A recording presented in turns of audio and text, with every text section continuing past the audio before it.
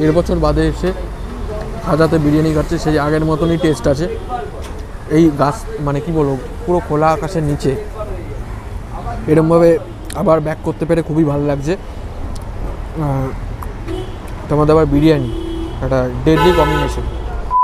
হে WhatsApp, আবার তোমাদের একটা নতুন ব্লগে স্বাগত জানাচ্ছি। তো এই ব্লগটার জন্য তোমরা অনেক দিন ধরেই ওয়েট করেছিলে, আমি জানি, তোমরা থাম্বনেল থেকে বুঝতে পেরেছো। তো আমি ফুড ব্লগিং আবার ব্যাক করলাম। আজকে ফুড ব্লগিংটা হচ্ছে সেই বিরিয়ানির ওপর। কারণ কি আমরা বাঙালিরা বিরিয়ানি ছাড়া কিছুই বুঝি না। বিরিয়ানিটা হলো একটা আলাদাই ফিলিংস থাকে আমাদের মনের মধ্যে। তো ওটা দিয়েই স্টার্ট করলাম আবার। আমি জানি তোমরা এটার জন্য ওয়েট করেছিলে অনেক দিন ধরেই। তো কিছু প্রবলেমের জন্য আমি আর কি ফুড ব্লগিংয়ে করছিলাম না। তো সেটা আমি পরে তোমাদেরকে বলবো কোনো একদিন। তো এটা দিয়ে কামব্যাক করলাম। আর আজকে আমি সাউথ কলকাতার one of the most famous বিরিয়ানিতে এসেছি, সেটা হচ্ছে আনাদার দ্যান খাজা বিরিয়ানি। তো খাজা বিরিয়ানি আমি ঠিক পেছন দিকটায় আছি। আর আমার পেছনে ওই দিকটায় যে দেখতে পাচ্ছ একটা লাল মতন দেখা যাচ্ছে, ওই দিকটা হচ্ছে খাজা বিরিয়ানি। তো খাজা বিরিয়ানিতে যাবো। তো খাজা বিরিয়ানিটা টেস্ট করে দেখবো আফটার 2 ইয়ার্স, কেমন ওদের কোয়ালিটি আছে, কেমন কোয়ান্টিটি দিচ্ছে, তো টেস্টটা কি আগের মতন আছে কিনা, সেই সমস্ত বিষয়ে আজকে তোমাদেরকে সমস্ত কিছু শেয়ার করবো। কথা বাড়িয়ে আজকের ব্লগটা স্টার্ট করছি। তোমরা একটু চেষ্টা করে কিন্তু প্রথম থেকে একদম দেখতে থাকো।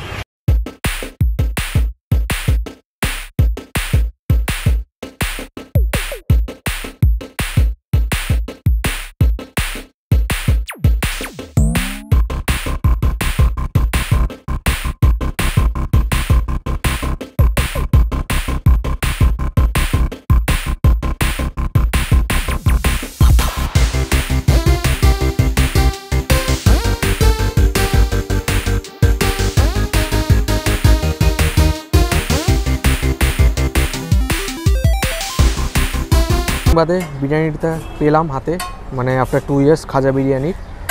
তো চামচটা সাইডে রাখি, কারণ কি বিরিয়ানিটা হাত দিয়ে খাওয়া ভালো প্রেফার করি আমি। তো প্রথমত বলে রাখি, রাইসটা ঠিকঠাক লাগছে, ঝুরঝুরে বেশ। আর মাটন বিরিয়ানি নিয়েছি, 80 টাকা দাম আছে। মাটনটা 80 টাকা অনুযায়ী, সাইজ অনুযায়ী ঠিকই আছে। আর রাইসটাও ঠিক আছে। এবার আসি আলুটাও সেদ্ধ হয়েছে।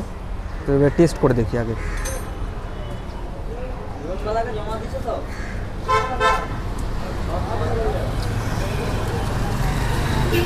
রাইসটা খুবই দারুণ লাগছে খেতে।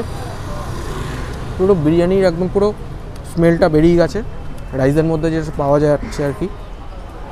আর রাইসটা ভীষণ ঝুরঝুরে, বেশি অয়েলি না।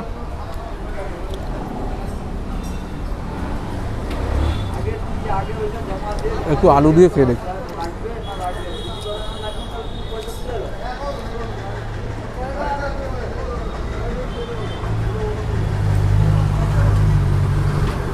আলুটা খুবই নরম, খুব ভালো রকম সেদ্ধ হয়েছে।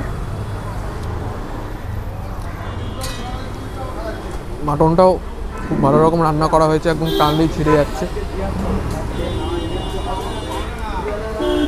মাটন দিয়ে একটু ট্রাই করে দেখি।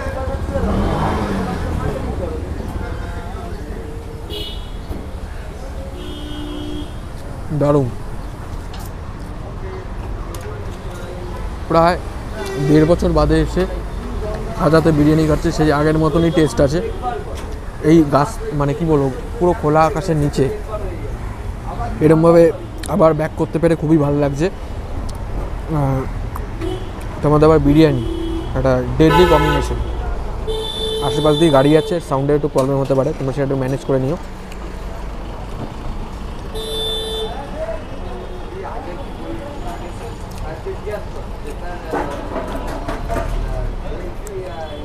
কিন্তু একটা জিনিস আমার খুব খারাপ লাগছে, সেটা হচ্ছে বিরিয়ানির কোয়ান্টিটিটা কিন্তু কম। 80 টাকার তুলনায় আমার মনে হচ্ছে একটু কম লাগছে। আমার একটু কম লাগছে বিরিয়ানিটা।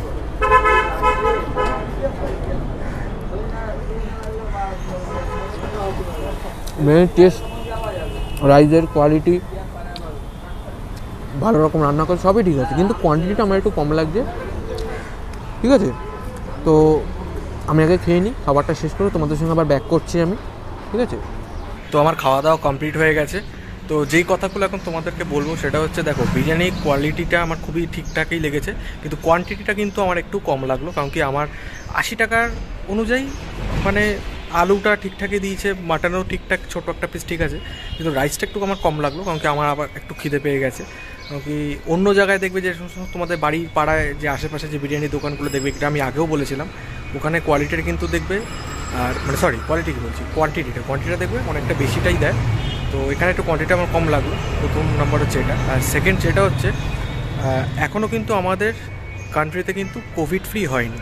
ওরা কিন্তু যখন সার্ভ করছে মানে উইদাউট গ্লাভস, মুখে মাস্ক নেই, ঠিক আছে, আর ওইদিকে লেখা আছে নো মাস্ক নো বিরিয়ানি, ঠিক আছে। তো আমি জানি না এটা ভিডিওটা যদি খাজা বিরিয়ানি থেকে কেউ দেখে থাকেন তো এই জিনিসটা একটু মেনটেন করবেন আপনারা, হাতে গ্লাভস পরে, ঠিক আছে। তো কারণ কি এটা একটা হাইজিনের ব্যাপার আছে, তো এই হাইজিনটা যদি একটু মেনটেন করে তাহলে খুব সুবিধা হয়।